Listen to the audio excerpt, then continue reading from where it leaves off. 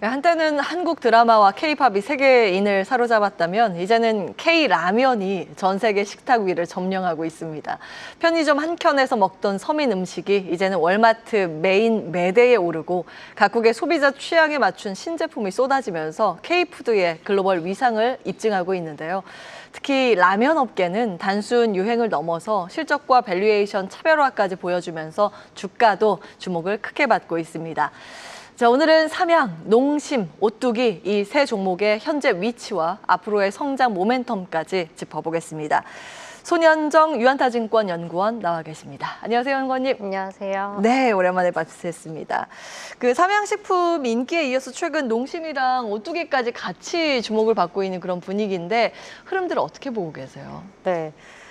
한 달 동안 농심이 한 30% 올랐고요. 그리고 이제 삼양식품이 한 15%, 그리고 오뚜기가 한 10% 정도 올랐습니다. 근데 뭐 올해 연초부터 해서 삼양식품이 한 100% 정도 올랐기 때문에 최근의 주가 흐름은 농심이 훨씬 더 아웃퍼폼 했다고 보고는 있는데요.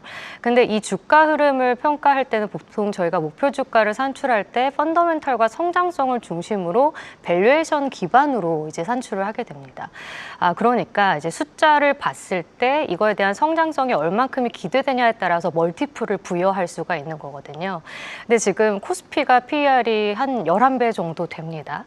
그리고 음식료 업종 평균은 12개월 포워드로 한 13배 정도 되기 때문에 코스피를 조금 아웃퍼폼한다고 볼 수가 있겠죠. 근데 삼양식품을 제외하게 되면 음식료 업종은 10배에 불과합니다. 그러니까 코스피보다 조금은 소외된 그런 업종이라고 할 수가 있는데 농심이 17배입니다. 상당한 프리미엄을 받고 있다라고 판단을 할 수가 있는 거죠. 예. 역시나 삼양식품도 한 23배를 받고 있습니다. 그러면 이제 두 기업 모두 프리미엄을 상당히 많이 받고 있는 건데 프리미엄이 정당하냐를 한번 체크를 해봐야겠죠. 예. 삼양식품은 실적만 일단 말씀을 드리면 분기에 영업이익률이 20%를 넘어가는 그런 기업이고 제가 추정한 올해 실적 영업이익은 60% 정도 증가할 걸로 예상이 되고 있습니다. 근데 농심은 어떠냐면 분기의 영업이익률이 5% 정도 미만입니다.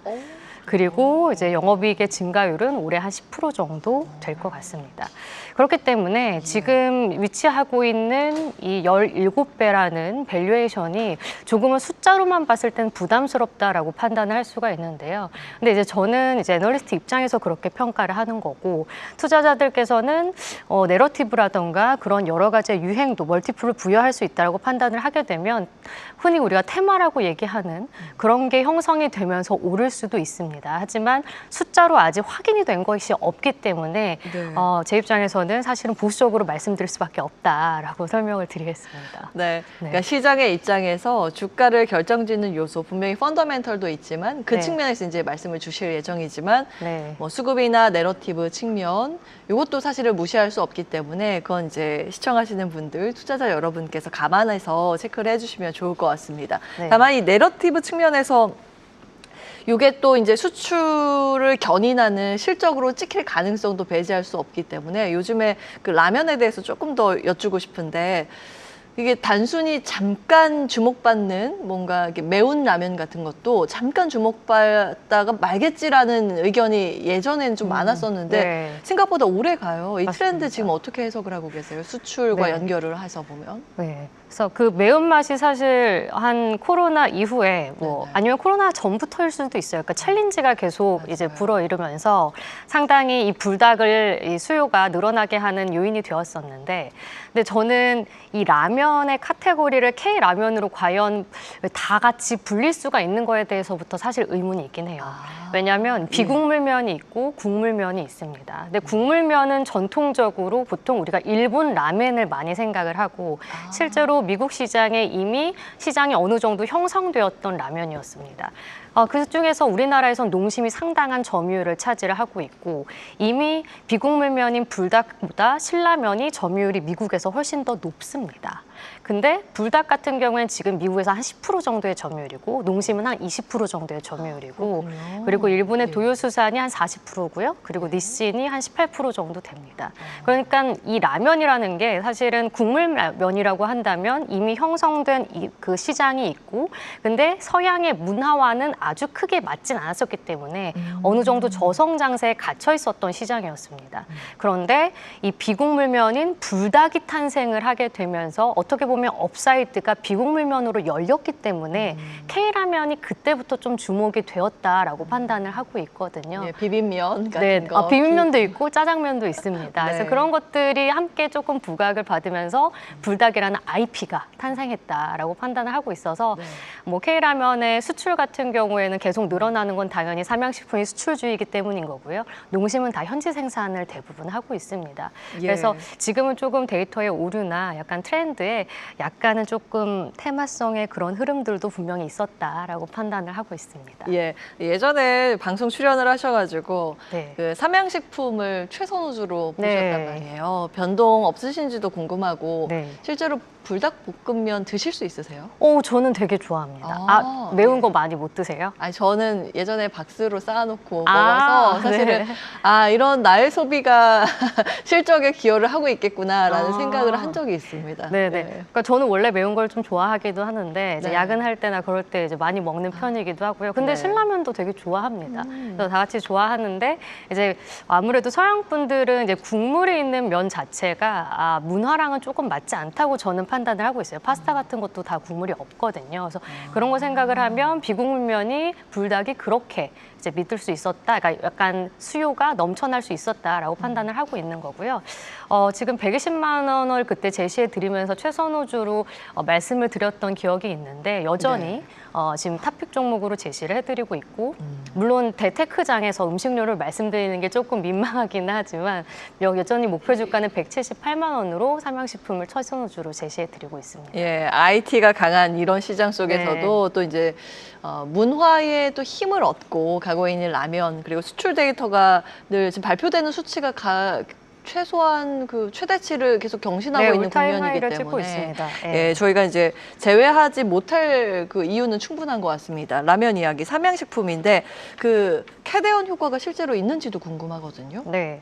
그러니까 마케팅을 캐디언 쪽으로 한 라면 회사는 사실은 농심이 거의 유일하고요. 근데 농심 같은 경우엔 9월 달부터 이번 주에 이제 미국에 처음으로 캐디언 봉지가 있는 그 라면이 나가기 시작했습니다. 그러니까 우리나라에는 조금 초도 물량이 있었고 이제 미국에 나가기 시작했기 때문에 사실은 실적에는 그 캐디언 쪽이 3분기에는 그렇게 크지 않을 거예요. 그래서 4분기부터 좀 반영된다 보시면 되는데 이게 조금 아쉬웠던 점은 저는 카니발라이제이션 이 대체 효과가 어느 정도 영향을 미칠 수 있다 보고 있어요. 왜냐하면 기존에 있었던 라면의 봉지를 다 바꿔서 캐대언으로 바꾸는 게 아니라 원래 가동률이 50% 정도밖에 안 됐기 때문에 남아있는 그 공정에서 새롭게 캐대언 봉지를 만들어서 찍은 거고 원래 있었던 오리지널 라면은 그대로 또 생산을 하게 됩니다. 그러니까 생산 물량은 늘어났는데 이게 맛도 똑같고 가격도 똑같기 때문에 오히려 오리지널을 사던 사람들이 캐대언으로 옮겨갈 가능성도 충분히 있다고 보고는 있거든요. 예. 그러면 물론 이제 추가 수요가 큐가 조금씩 늘어나는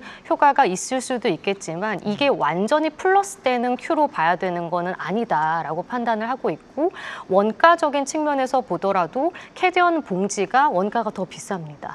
네, 그리고 거기에 이제 실이 들어갑니다. 스티커가 미국 거에는 다 들어가거든요.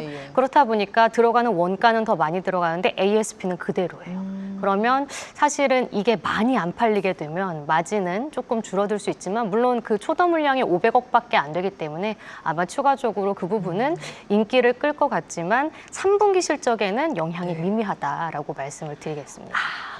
지난번에 실적 발표된 거는 캐대허 물량이 반영이 아직 안 된 네. 거고 다음 달부터 그러면 저희가 확인을 할 수 있겠네요. 네, 맞습니다. 자, 네. 그러면은 앞으로 그 캐대언 기대감 때문에 수출 데이터 발표한 날 굉장히 공교롭게도 농심의 주가 네, 강했단 맞습니다. 말이에요. 그러면 네. 앞으로 이 상승세가 추가적으로 기대되려면 뭐가 필요할까요? 사실 수출로는 농심 거를 알기는 어려워요. 그래서 지금 그때 말씀하신 그 시기를 저도 기억을 해보면 그날 사실 수출 데이터가 나오고 삼양식품의 주가가 5% 정도 뛰고 나서 이 농심이 따라가기 시작했었거든요. 근데 그 수출 데이터에는 단연컨대 캐대언 물량이 안 들어가 있습니다. 그래서 그렇다 보니 사실은 좀 내러티브가 훨씬 더 컸다라고 판단을 하고 있고 앞으로에 나오는 수출 데이터에도 캐대언은 없어요. 농심 거에는.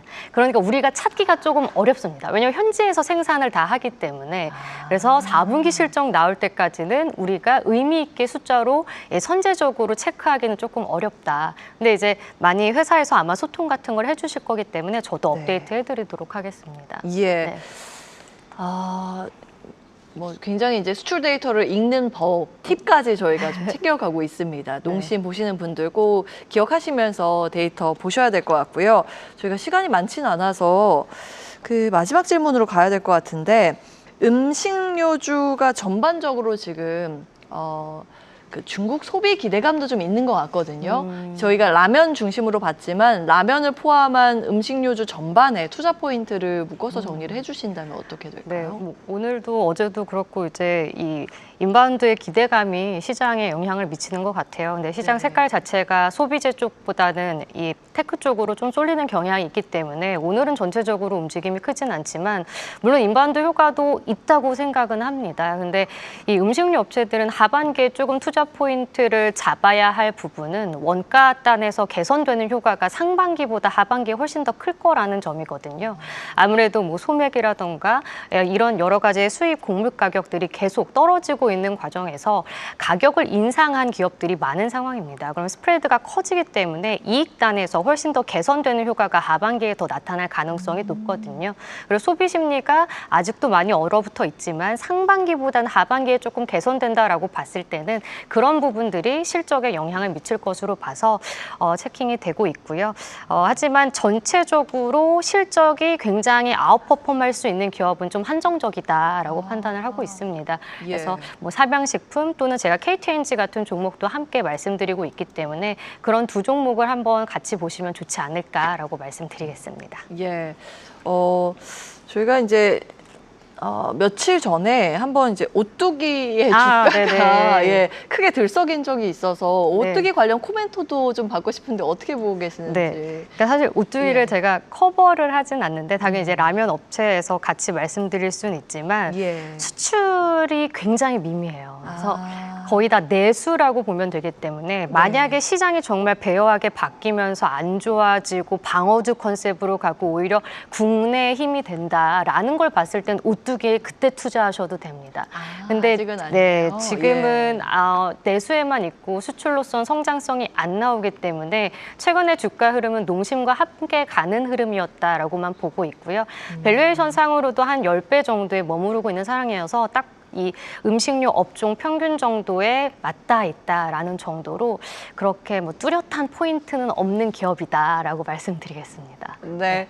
저희가 한 2분 조금 안 되는 시간이 남아서 가격 전략까지 체크 받으면 좋을 것 같습니다. 네. 그 애널리스트로서 지금 몇 개 종목 힌트를 주셨잖아요. 농심도 그렇고 삼양식품도 그렇고 상단 어디까지 보시는지 네. 그리고 그 근거들까지 네. 제시해 주시면 좋을 것 같습니다. 그 삼양식품은 제가 178만 원을 제시해 드리고 있어요. 근데 아까도 설명드렸다시피 12개월 포워드 PR로는 지금 한 23배 정도에 머물러 있기는 합니다. 그래서 상당히 많이 오른 것처럼 보일 수는 있겠지만 제가 밸류에이션은 한 24배를 적용을 했어요. 26년 실적의 타겟을 24배 정도로 준 거고요. 이거는 과거에 오리온이 잘 갔을 때 그리고 니신이 잘 갔을 때랑 비교했을 때도 훨씬 더 그렇게 보수적인 PER을 타겟으로 뒀다라고 보시면 됩니다. 와, 예. 근데 아까도 설명드렸다시피 영업이익률이나 성장률을 봤을 때는 그 어떤 이 업체들보다도 훨씬 더 아웃퍼폼을 하고 있는 기업이거든요. 그리고 밀양 2공장 같은 경우에는 하반기부터 확실히 이 Q가 올라오는 것과 그리고 내년에 온기로 반영이 되고 2027년에는 중국 공장까지 지어질 거기 때문에 그런 PQ의 성장이 지속적으로 나타난다는 점에서는 계속해서의 주가의 상승세가 나타날 수 있다 보고 있어서 178만 원을 제시해드리고 있고요. 농심 같은 경우에는 사실 제 목표가를 넘었습니다. 45만 원을 제시해드렸고 타겟퍼가 한 15배 정도 됐었고 2분기 실적이 나오자마자 제가 목표 주가를 조금 낮췄어요.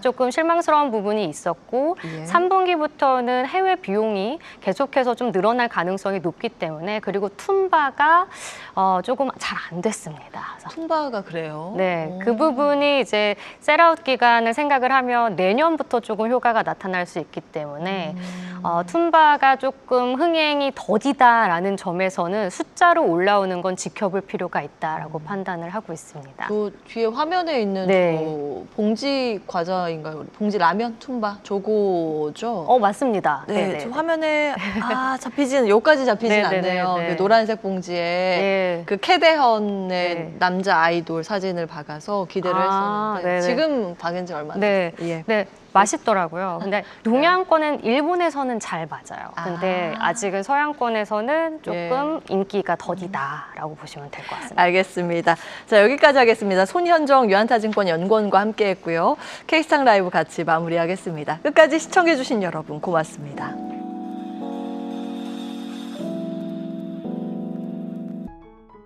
계속해서 다양한 경제 이슈를 알고 싶다면 구독과 좋아요, 알림 설정 부탁드립니다. AI 캐스터 권미정이었습니다.